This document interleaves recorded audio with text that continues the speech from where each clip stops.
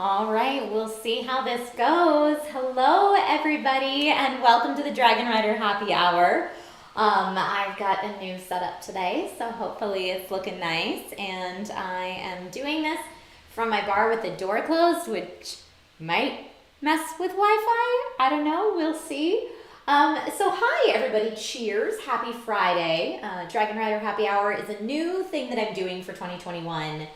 Every single Friday, towards the end of my workday. It's not the total end of my workday today, but where I get to hang out with you guys. So thank you so much for being here today. I appreciate you. I am in my bar, which has horrible acoustics, so I apologize if the audio sounds incredibly echoey. And my fans on my laptop are like, dear God, like it sounds like a spaceship is taking off in my bar, but hopefully you can hear me okay. Oh, good. Okay, perfect. So you can see, you can hear, everything's awesome. Oh, I'm so happy. Ticket Home to Jenny says, how are you doing today? I'm doing well today. Today is the second day in the row that I had a back-to-back very early morning. When I do hosting for Amazon, their studio is in New York, so I'm on East Coast time, which means if their show starts at 10 a.m., then that's 7 a.m. for me, which means I need to be on a pre-production call about an hour ahead of time. And anyway, I had an Amazon show yesterday and today, so I'm very thankful for the jobs, which is great. And yesterday I got to mess with the S21, so I'll have a video on that hopefully coming soon. I'm just kind of waiting to see what I am, if there's any specifics that I am or am not allowed to film, since I didn't technically get the devices as media. I got them through Amazon before I have to give them back. So that will be coming too. Better audio than last week, says Thomas Moffat. Okay, good. I have different mic placement this time, so hopefully that will help a little bit. Is the flagon filled, says Kelly McDonald. It is filled with water though, because immediately after this today, I have to jump on a live stream for Newegg to talk about some of the CES announcements. So with that being said, I know I titled this Dragonrider Happy Hour about the Bethesda Indiana Jones game and the Ubisoft Star Wars game, because I always feel like the Dragonrider Happy Hour, we can kind of kick things off with a discussion of all the fun gaming and sometimes gadget news of the world, and then let it just spin into a hangout and, Q&A and whatever. But yes, the flagon is filled. So that's a long answer to your question, Jenny, but day is going good. Week has been pretty good. I mean, I feel like we got the news, like I said, about the Bethesda Indiana Jones game. And so while it was just a short teaser that I saw tweeted out, we don't have a lot of information on it. People broke it down, and you can see an airline ticket to Rome. So some people are speculating that maybe it will take place in Rome. I feel like an Indiana Jones game will be very much in the vein of Uncharted or the Tomb Raider games, which I love all those games, so that's great. I just hope it's not a copy of those games with like a Disney licensed skin on it. That's what I would like to avoid. But it's from the same team that made Wolfenstein. So I feel pretty good about that, and I'm cautiously optimistic that we'll see something cool come out of it. What do you guys think about the Bethesda Indiana Jones game? Let's see. DOS949 says, happy hour is almost never about the drinks, it's about the company. And that is so true. Kerbo Custom says, I'm sad the new Hogwarts game was delayed. That was definitely delayed, so mark that off your 2021 list. That's some news that happened this time. Stephen Summers says, I just hope that they make Indy smart. I hope that they make Indiana Jones smart as well. That would be really nice. Aberthane said it may start in Rome, but could end up at the South Pole. Yes, it definitely could. We know that it could go anywhere. And Steven says about the Star Wars game, I hope the new Star Wars game is about a Sith, but a Jedi and Mando would also be pretty cool. So yeah, that's the other news, is that Star Wars games, now under Lucasfilm Games, are no longer EA exclusive. So for those people who really are not big EA fans, great news. But this doesn't mean that EA can't continue making Star Wars games. So if you were a huge fan of Jedi Fallen Order, which I was, don't worry, we can still get more of those games. We can still get another Battlefront 2, hopefully minus all the microtransactions. EA can still make them, they're just not the only ones that can make them. And then following that announcement, we also heard that Ubisoft and their Ubi Massive Swedish division is going to be making an open world Star Wars game. So I think a lot of us were like, ooh, Ubisoft Star Wars. It'll be like Assassin's Creed, but Star Wars, which is definitely a possibility. But I think it's more of the Division team. I believe I heard that, which is cool. Lonely Production says, I didn't get to see any CES news. I'm hoping to catch the Newegg recap.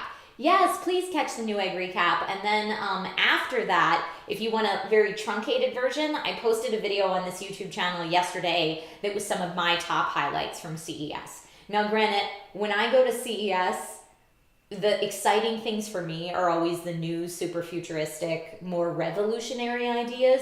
So for my recap video was much more of a, here are the neatest things that I saw come out of CES, whereas the Newegg recap video will be more like, here's the journalistic tech news that came out of CES. So get your fill of both here and there because they will be slightly different. Steven says Sith Assassin's Creed would be cool. It definitely would be cool. I agree. Daniel Casabon says, I'm behind in gaming too. I can't keep up.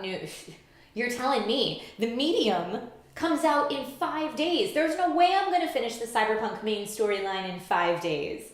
But I have to play the Medium. So I wonder if maybe I should, let me know in the comments actually, on Twitch, should I finish out the Cyberpunk main storyline? Or should I potentially bounce back and forth, or should I put a pause on Cyberpunk for a while and play the Medium instead? Let me know what you would like to see. I definitely want to get hands on the Medium as soon as it comes out so that when people are talking about it, I can speak to it. Plus, I'm really looking forward to the technical aspect of it rendering two completely different visuals of the game at the same time that you can switch back and forth. I can't wait to see that in action. Steven Summers says, you're actually closer to the ending of Cyberpunk than you think. Am I really? I'm about 40 hours into Cyberpunk right now, and I have taken my completionist ways and put them up on the shelf in an effort to finish the main storyline of this game. I tried to do that with Ghost of Tsushima and failed miserably. I barely got off the first island before I went to the next game. Did I go right from Ghost to Cyberpunk? I don't remember. That's such a problem though when you're a completionist and there's so many great games coming out, especially with Game Pass, because the Medium's going to be on Game Pass. So it's not even like I can think, oh, I can't afford it right now and use that as an excuse to delay me playing it. It's on Game Pass. Rob K says, switch back and forth for variety. And you know what? That might be a good idea. I know the Medium is supposed to be terrifying, so not to say that that's a more family-friendly game, but it's not, it's mature in different ways. I don't think it'll have the same language and violence to the same degree that Cyberpunk does.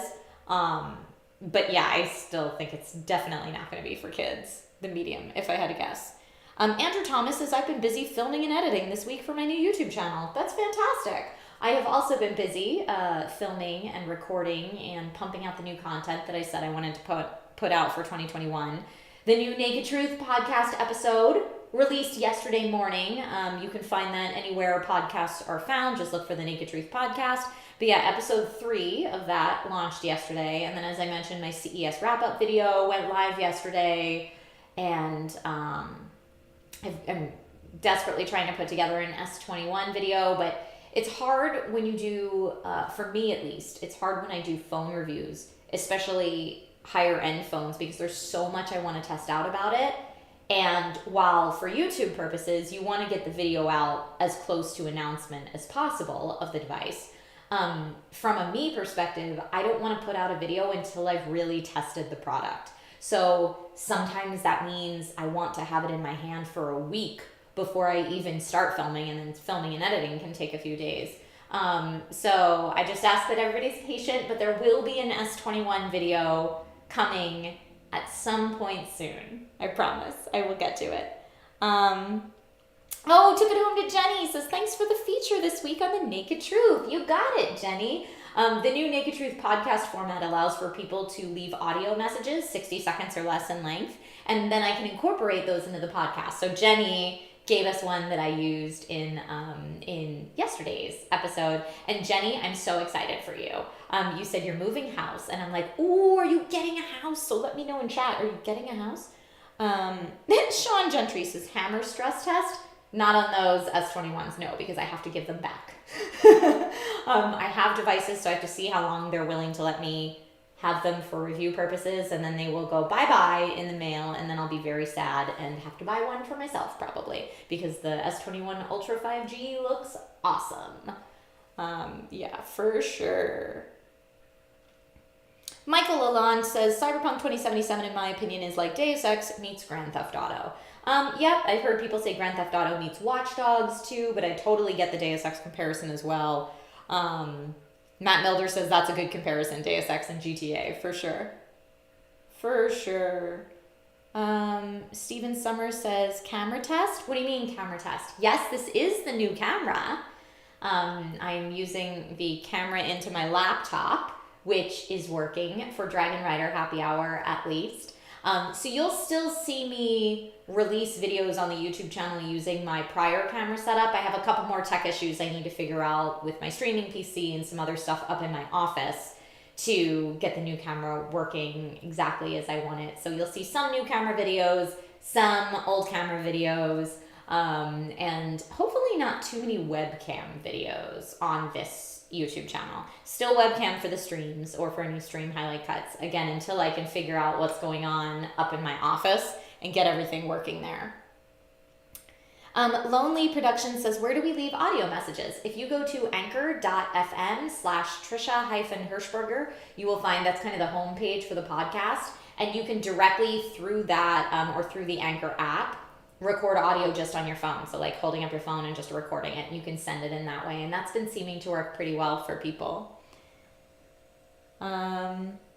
Let's see. Michael says, which storyline would you pick in Cyberpunk? I'm doing Corpo, if that's what you mean as far as the backgrounds. I did a Corpo background.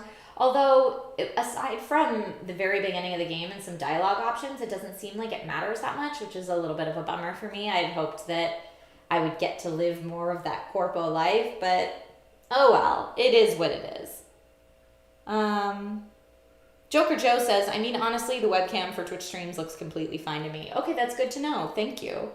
Ridian Morgan says, the wine rack looks so much healthier this week.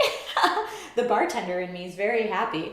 Yes, the wine rack is definitely more stocked this week. That's really funny. So for Dragonrider Happy Hour, you guys will know how recently I've been to the grocery store.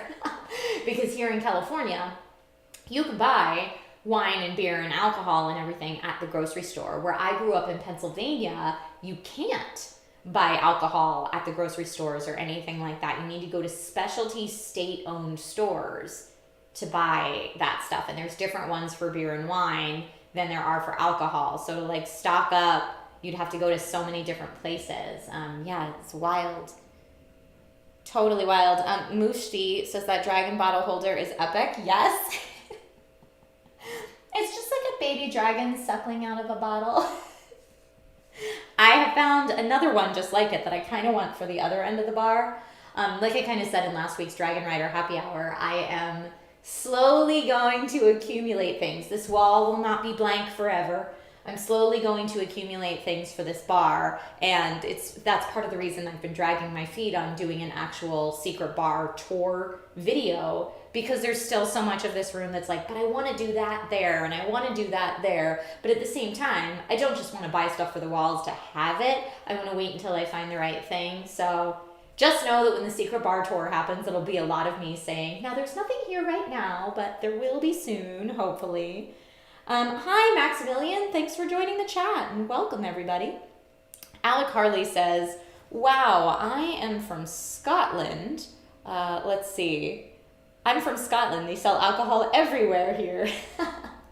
Yeah, I think the Pennsylvania laws and the states that have those laws, I could be totally incorrect with this, but my perception was that always stemmed from the more puritanical days, and that they were just very, very old laws that had not really been updated. You also can't, those stores are also all closed on Sundays. You can't buy beer or wine or alcohol or anything on Sundays in Pennsylvania. But I grew up near Philadelphia, which is not that far from the next state over, which is New Jersey. And so if you needed to buy alcohol on a Sunday, you just had to drive across state lines into Jersey, and then you could. And I know that happened a lot because of football games. People would want to buy alcohol for football parties because Philly is a big football town. Eagles. Let's see. Haswell just got a Yeti mic. That's awesome, Haswell. Congrats. Let's see. Aberthane says, have you considered having all 3 Lord of the Ring movie posters on the blank wall? We have not, and the only reason is we're trying to make everything in here feel a little more old world. So like a movie poster would feel very anachronistic. So we're thinking maybe like a tapestry of some type of medieval scene or an oil painting or something like that kind of feels a little timeless. But you're definitely in the right vein. Like this is most definitely themed after a fantasy medieval tavern like you would see at the Green Dragon, which is what it says on my stein. Yes. Let's see. Baralzabub says, it is impressively patient of you. Thank you. Says, I buy the things I want before I have the room done and ready for them. A big stack of framed art for the unbuilt game room to include a couple shish posters. Yay! Do you know what's funny? I should figure out a way to do this, but I still have so many of those old posters. Just like in my closet. So I should figure out either making them, maybe I used to use them as a Twitch reward, but I should figure out a way to move those posters. For a while, I was bringing them to conventions with me. If I had like a booth meet and greet or something, I'd bring them to conventions with me to offload some of them at conventions. But yeah, if anyone has any good ideas for what I should do with those old posters and kind of how I can get them to people, let me know. Let's see. No new posters as merch. I just don't know how I could do it without having to do all of the shipping and packaging myself, because I actually have them. A lot of the merch sites that creators work with, typically the service you use to create your merch also packages and ships it for you. And you make a smaller percentage of profit for sure for that. But unless you have your own kind of packaging and distribution warehouse, which can be a little tricky, then that's a pretty good way to go. Now, there are creators who do their own packaging and distribution and all of it. And that's what I do on a very small scale for the Dragon Scale rewards for Twitch. But I know there are certain people that I know that have Patreons that ship physical rewards, and they do all of it themselves, or they hire employees to do it. And for these people, I can just imagine they're like entire garages full of packaging stuff. It'd be a lot, and I don't have time for that, so I need to figure out another solution. Joker Joe says maybe do a charity stream and do a giveaway with them. That's actually a great idea. Maybe on my next charity stream, I'll do like anyone who donates a certain number, a certain amount and above gets a free poster, and then I'll just send it to you. The only thing that would be tricky about that is shipping the posters internationally costs a fortune when I do it myself. So I'd have to make sure that not too many people redeemed that, or else I probably will end up spending more in postage than I raised for the charity. Brett Starn says, couldn't you work with Maud? I could see what Maud is doing for hers. Maud might have the digital file and then have another company produce the posters, as opposed to her having the physical posters and then packaging them herself. And I'm sure I have the digital files of those old posters somewhere, but I want to move the ones I have. Beardtastic Yogi says, so you're not going to start up Shishazon and give Bezos a run for his money? You know what? Bezos has a little bit of a head start over me, I would say. So yeah, probably not my next career move. Oh no, I see Andrew Thomas in chat says my friend lost his dad this week from COVID. It makes me really sad and stressed. I am very sorry to hear that. COVID is no joke. I lost my aunt to COVID, I guess probably about 2 weeks ago now, a week and a half or 2 weeks ago now. and it stinks. So everybody, please wear your mask. Today is a great day to wear your mask. Every day is a great day to wear your mask. Please wear your mask when you're outside to protect others. It's funny, I talked to Logan about it, and like Logan's really good about wearing his mask. But anytime we have to go out, I'll say, Logan, why do we wear our mask? And he'll say, to keep others safe. And I'm like, right on.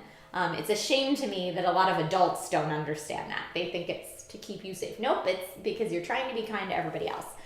So that's my little wear your mask PSA. And if you want a really cool mask to wear, I don't know if you guys saw this, Razer unleashed, I think they called it Project Hazel. It's this crazy, like very cyberpunk dystopian future looking mask that has a transparent front so you can still see someone's expressions. It even has a light on the inside, so if you're outside at night, it can illuminate the bottom half of your face, which would probably look pretty silly. It has RGB on the filtration on the sides, and I know that for COVID specifically, you don't want filtration on the sides, and I think that there's customization options on the mask for different features and different types of filtration that you can use for that. But yeah, the mask has RGB and amplifies your voice so that you're not muffled trying to speak through it. It was wild to see visually, and I wish that we had a CES in person so that I could have seen it, because it's crazy time. RGB masks. Andrew Thomas says I might get the vaccine for my new job. That's awesome. We are still patiently waiting here. We're nowhere close where we are. Where we are now, health workers are starting to be vaccinated right now. And then once they have vaccinated all of the healthcare workers who want to be vaccinated, then they will move to people living in senior centers. And then there's all different tiers after that. But basically, me, Nate, and Logan are like at the very bottom of the list. Which I completely understand. We don't leave our house ever, and we're very fortunate to not have to leave our house ever. We leave our house for like dentist appointment and doctor's appointments, and occasionally to go to the store. But really, we're pretty lucky to be able to stay put. And it was funny when we first moved out of LA, because I live in the suburbs. I don't live in the city of Los Angeles. When we moved into the suburbs, it was great because we had so much more space. And a yard and, you know, all this stuff I would never, ever have been even close to being able to afford in Los Angeles. But our friends were so far away, and all the jobs that I drive to were so far away. But since we've all been in lockdown since March, we're reaping the benefits of having all the extra space, and I'm not having to drive anywhere. So if you're looking for a silver lining in all of this, that I feel like for us moving to the suburbs, that's kind of the silver lining, that we really get to see the benefits of that now. Trevor Donnelly says, I'm probably getting it soon here in Ohio because I work in a school. Totally. Yep, very, very important, and thank you for your work in schools right now and as an educator. Justin Johnson says, both my niece and aunt have their vaccinations done. They're in medical fields. Very cool. And Jenny's still on the trial. So you don't even know. Oh, Jenny, I was so excited because I was like, you got it early because you were so awesome to sign up for the trial, but you're right, because you're still in the trial. You don't know if you were given the vaccine or a placebo, I bet. Talufa says, I got mine almost 4 months ago. The trial people confirmed I got the actual vaccine and not the placebo last week. Congratulations. That's awesome. And again, thank you for volunteering. To Talufas and Jenny, thank you guys so much for volunteering for that. Haswell says, I used to be in Santa Clarita Newhall for 2 years. Yep, very cool. Let's see. James Wisdom says, I work at a university. I doubt we'll ever get it. Here, at least, they're prioritizing educators. That's the last I've heard, but it changes every 2 seconds. Who knows? Who knows, my friends? But I'm trying to think, what else was cool this week? Something I didn't put in my CES wrap-up video that was really cool is actually another one from Razer, funny enough. It is a gaming chair that has a pull-down, transparent, 180-degree OLED screen. And like haptic feedback in the chair, of course, and then like little pull out, I'm kind of like on an airplane, little tables that pull out on either side to set your stuff down. I think they called it Project Brooklyn. Yes. And it had RGB and everything else in it too. That looked really wild. It reminded me, someone either put this in Discord or tweeted it out. It made me laugh because they showed it side by side with the futuristic humans from the Disney movie WALL-E, sitting in their chairs with the big transparent screens in front of them, and it looked so spot on. I was like, oh, that is the funniest comparison. I'm sure that's not what Razer was going for, but it made me laugh. Oh, hey, Fat Produce, thank you for the super chat. Said, I really feel like post-COVID, there will be more people who move to rural areas as long as reliable internet connectivity is available. Totally. I mean, a lot of industries are realizing that people can work from home and it doesn't impact their productivity. Now, that's kind of hard because I feel like certain personality types work better with other people. And I mean, even though a lot of the work I do is alone, I do miss being in studio with other creatives and co-hosts and bouncing off other people. I definitely miss that aspect of it. But it'll be really interesting to see what happens in each different industry moving forward, because I would imagine from a company perspective, you're not only saving whatever you're paying and having that physical location, but the utilities for that physical location, you may be getting more work hours out of people because they're not commuting. But again, you're losing that kind of like brainstorming around the water cooler feeling that people get when you're actually working with other people. So I don't know, maybe they could do maybe a lot of industries will move to some hybrid model where a few days a week you're in office and a few days a week you're from home. I don't know. Let's see. Chris Green Moose says, I live rurally in the UK, luckily with pretty fast internet. I've been able to work from home since March. That's great. Yeah, the US has awful internet compared to the rest of the world from what I see. I see other people's speeds and I'm like, oh, I pay so much for a fraction of that. But speaking of speeds, so far we've been okay. I am streaming this to you right now at a lower bit rate than I normally stream when I'm up in my office. And that's because right now I'm streaming over Wi-Fi instead of a wired connection. And when I'm up in my office, it's always a wired connection. But as a lot of you know who watch my Twitch streams, my internet's kind of been all over the place lately. And so I was using a residential line for years with no problem.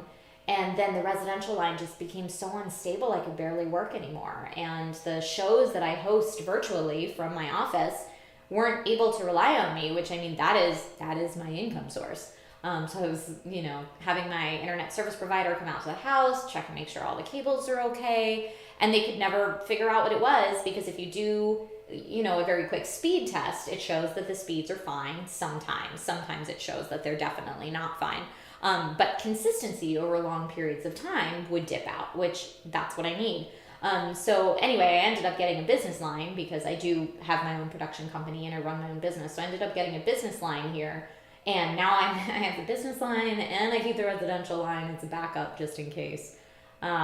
So it's been wacky, but still, I mean, I'm out in the suburbs. We're not top priority for internet out here. So that is something to be concerned about if you move out of the city.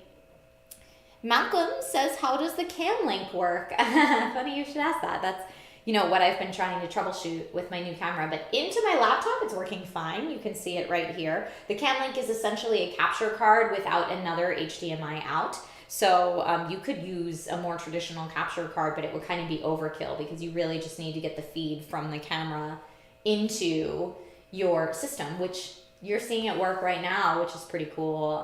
So I've been having some issues with it on my desktops, actually.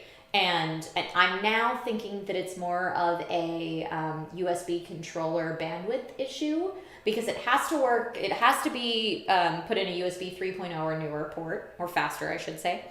But even then, it's like chugging along, and I would get like a couple seconds of footage, and then it would freeze, or it just wouldn't be recognized at all. So I ordered a new PCIe USB 3.0 card to put into my PC, so that's not supposed to come for another couple weeks. But when it does, I will get into the guts of my PC, my streaming PC, and put that in there, and fingers crossed that'll give me what I need. But if anyone out there is a CamLink expert, please, by all means, jump in the Discord to the Tech Help channel, and I would love to hear your suggestions.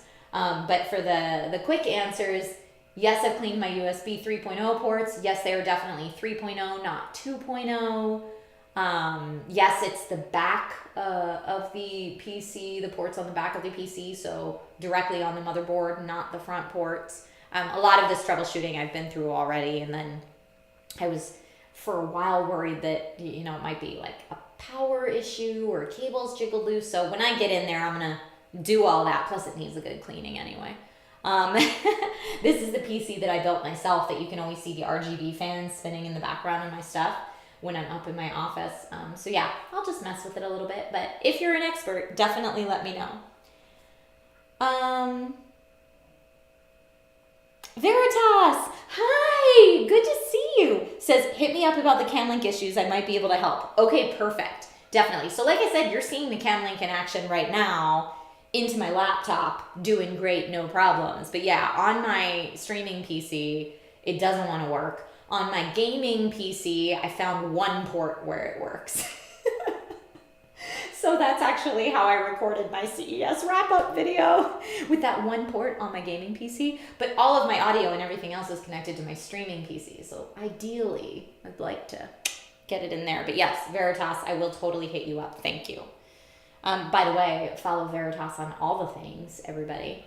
If you aren't already, Veritas is amazing. Owl Captain Plays says, what kind of music will your bar have? It's old world like, needs to be minstrelly. Yes, minstrelly music would be great. I always default to the old Baldur's Gate soundtracks from Baldur's Gate when I was a kid. Those soundtracks were always my background for D&D adventures, so that's where my mind immediately goes for music for this bar. That could be very cool. Steven Summers says, I gotta go. Bye, Trisha and Dragonriders. Bye, Steven Summers. Thank you for popping in. Haswell says, what video editing software do you use? I use Premiere Pro. It's kind of what I learned on when I initially learned, and huge shout out to the YouTube space here in LA because that's how I learned to edit. I had watched a couple do-it-yourself videos, but I knew I still had a lot more to go after that. And YouTube, if you can make it to the YouTube space, which is far out of LA in the other direction from where I am, if you can make it to the YouTube space, they did like a 4-week weekly class.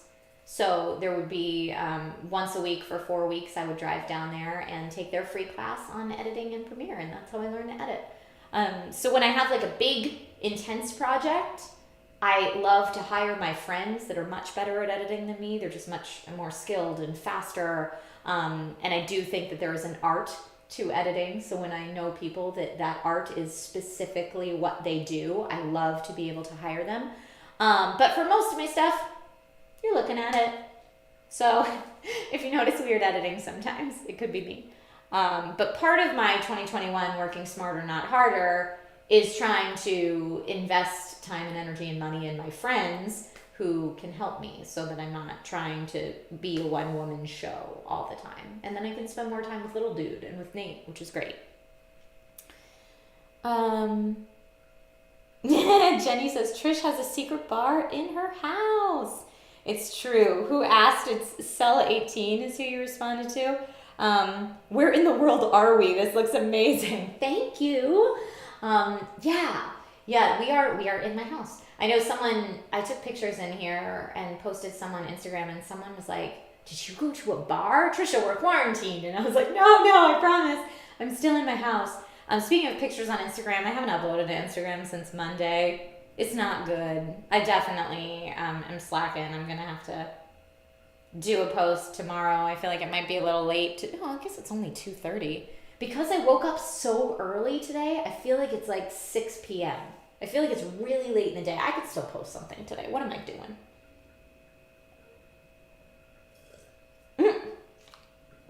Aberthane says, Trisha, what are your thoughts on the sea shanty trend on TikTok?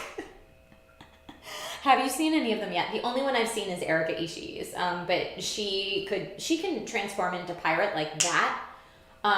So hers was brilliant. But I haven't seen the rest of them. It's so funny. I keep getting these TikTok trends and I'm like, oh yeah, I should do that. But for me, TikTok is like the lowest priority beneath YouTube and Instagram and Twitter and Twitch and Facebook. Like, I guess maybe TikTok is on the same page as Facebook for me. Although, why didn't I think of this earlier? Thank you, chat. I just thought, why don't I dual stream the Dragonrider Happy Hour to both YouTube and Facebook? Just in case there's any Facebook people that want to come over and hang out on the YouTube channel. I should do that. The only reason I don't dual stream when I stream to Twitch is because of my Twitch partner agreement. I'm not allowed to. But YouTube, I can totally stream elsewhere. I should be doing that. Oh man, it's late at night for Jenny. Jenny, it's 10:30 at night for you? James Wisdom says, I'm sorry, what? TikTok has a sea shanty trend? I know, that's how I feel on TikTok all the time.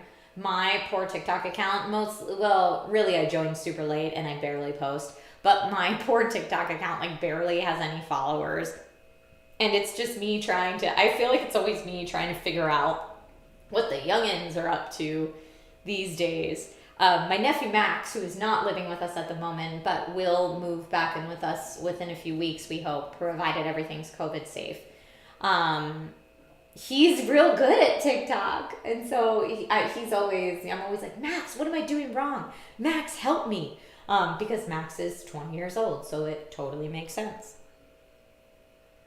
So funny. Watch out for water spillage from that Stein, says Ridian Morgan. I don't have a washable keyboard anymore, it's true. I have to send it back to Amazon. I did wash a keyboard on Amazon this morning, and what I didn't know is when I picked it up out of the water, that it would like pour water out of the bottom corner when I picked it up. Because I kind of picked it up and like gave it a shake and thought it'd be good. Nope. It kept pouring, so I like soaked my entire lap, my whole floor. Thank goodness I didn't soak my Alienware keyboard. Then I would have been a very, very sad cookie. Trevor Donnelly says, I don't even use TikTok and I feel old not being into it. I get it. I put it off forever. Maud Garrett and Kale Anonymous are the ones that made me feel like I should get a TikTok. Kale is awesome on TikTok. His TikTok is all travel stuff and it's amazing and you should definitely check it out. Maud's really funny. She's been killing it on TikTok too. And so I was like, all right, I'll do it. Okay, I'll do it. But yeah, there's so many other things that I want to do in 2021 that is not my top priority. Plus I know, or at least I have a pretty strong feeling, and YouTube and Twitch analytics confirm this, that most of this community, the Dragonrider, formerly known as Naked Army, this whole community, most of you have kind of grown up with me since SourceFed. So this audience is not full of 13-year-olds, which is where like TikTok shines. So I feel like it would be like a weird trying to suddenly veer off and bring in a bunch of other people who, not that they're not welcome, 13-year-olds, you are certainly welcome if you're watching this. I just feel like in general, the content that I make is not traditionally geared towards that age group. That's what I will say. Shamir says TikTok is like Vine, a fad. Maybe. We'll see. I never got really into Vine either. And when TikTok was Musical.ly and then became TikTok, I was like, oh yeah, I don't really do lip singing. I was never really into Vine. It's not for me. So I put it off forever. Cell18 says SourceFed. Oof, memories. I know, right? Oof, memories indeed. Oof, memories indeed. Luther Hitchens says, nope, I'm an old man. I get it. I totally get it. Trevor Donnelly says, some people are so super talented with the super short form content creation tools like TikTok. I agree. Some people are brilliant at it. Like I said, go follow Kale. Go follow Maud. They are awesome. Heck, go follow Max. Ninja Max 2K is his TikTok, and I think he has like 20,000 followers now. Go follow Max. Tell him what's up. Tell him Trish said what's up. Yeah. And I'm actually just looking at the time. Sorry, I just kind of had a brain freeze. But I'm looking at the time, and I have to call in for my pre-production call for the New Egg CES wrap-up video in 3 minutes. So I'm going to say goodbye. Thank you all for hanging out with me. You have been lovely. This is something I am aiming to do every single Friday at 2 p.m. Pacific time. If I'm done work for the day, I will have something else in my stein besides water. But you are welcome to pour yourself a drink with me, whether that drink be something from your bar or a tea or a soda, whatever it is that you like. and just kick back and relax with me and kind of talk about the stuff that happened this week, what happened in your personal life, what happened in the gaming scene, all that kind of stuff. That's what this is about. I miss getting together with friends and just having a chat, whether it be at a bar or any other social scene. So I'm inviting you to my bar right here for the Dragonrider happy hour every Friday. So thank you all so much for watching. I'm gonna run so I can host a New Egg CES wrap-up video, and I will see you on Sunday morning on Twitch for the Sunday chill stream. Okay, bye everybody. See you later.